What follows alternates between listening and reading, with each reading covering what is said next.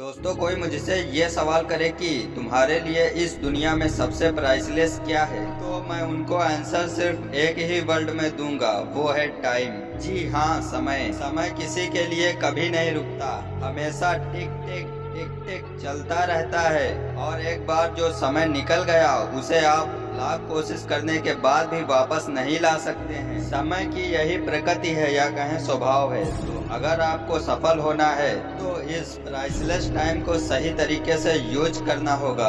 आज मैं आपसे इसी बारे में बात करूंगा और आपके अंदर इस आग को जलाने की कोशिश करूंगा, जो आपको आपकी सफलता के करीब ले जाएगी। जिंदगी में अगर आपको सफल होना है तो आपके अंदर एक ही चीज होनी चाहिए, वो है सफलता की भूख। अगर सिर्फ सोचने से सब कुछ मिल जाता तो इस दुनिया में असफल लोगों की तादाद इतनी ज्यादा ना होती। सोचना तो जरूरी है, लेकिन सोचते रहना बेहद खतरनाक। जो इंसान ज्यादा सोचता है, काम कम करता है, वो कभी सफल नहीं हो सकता। अभी आप लोगों के मन में ये सवाल आ रहा होगा कि तुम्हें क्या पता मेरी लाइफ में कितनी प्रॉब्लम्स हैं। मेरे ऊपर पेरेंट्स का प्रेशर है, घर वालों का प्रेशर है, पैसे नहीं है, जिम्मेदारी है। तो मेरे भाई, तुम मुझे एक सवाल का जवाब दो कि किसकी लाइफ में प्रॉब्लम्स नहीं होती, किसकी लाइफ में प्रॉब्लम्स नहीं है। प्रॉब्लम्स होती ही इसलिए हैं ताकि उन प्रॉब्लम से लड़कर खुद को और मजबूत बना सको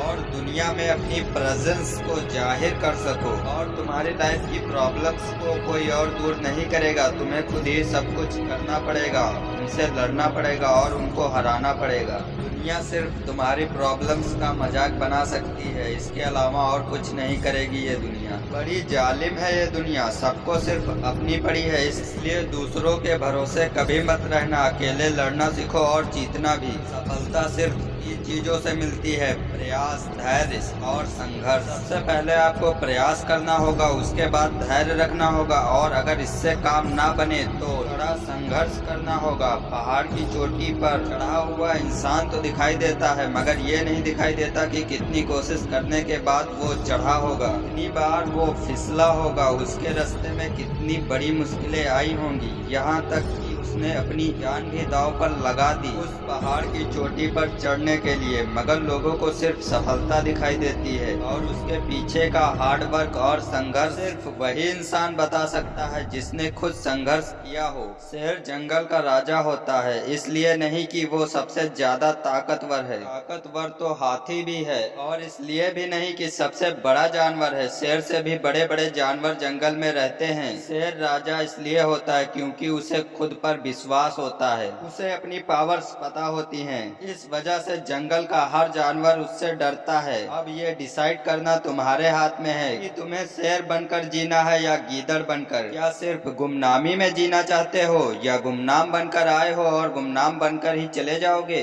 फिर जानवर और इंसान में फर्क ही क्या रह जाएगा? पेट भरने के लिए तो जानवर भी जीते हैं भाई, लेकिन अगर इंसान का जीवन तुम्हें मिला है तो कुछ ऐसा करो कि दुनिया तुम्हें मरने के बाद भी याद रखे, तुम्हारे एग्जाम्पल्स दिए जाएं। अब ये तुम्हें तय करना है कि तुम्हें शेर बनना है या शेर की गुलामी करना है। अगर ये वीडियो अब तक देख रहे हो तो मैं तुम्हें बता दूं, तुम शेर ही बनोगे।